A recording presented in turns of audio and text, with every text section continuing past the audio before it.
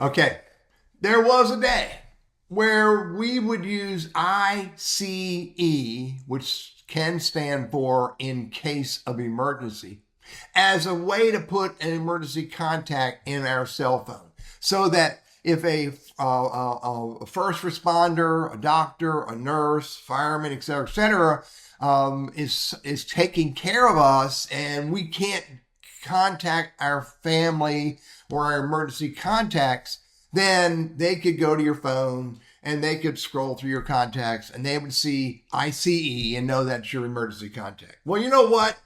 That's long gone. Nobody does that anymore. That's about the most ridiculous way to put an emergency contact in a smartphone in 2026. The way you do it on an iPhone is you put your emergency contacts in the health app. And oh, by the way, that's all you need to put in the health app. You don't need to put all your health information unless you want to.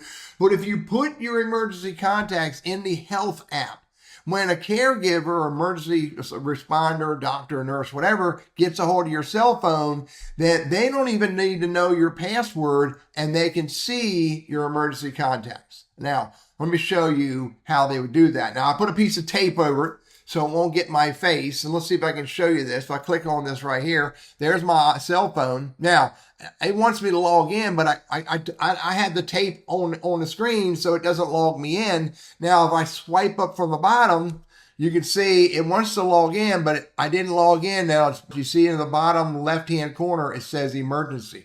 So if I click on emergency, it wants to make an emergency phone call. But again, on the bottom left is medical ID. If I click on the medical ID, then let me see if I can put this up so you don't see the actual digits. Then there's my emergency contact information, which is my wife and my 4 daughters.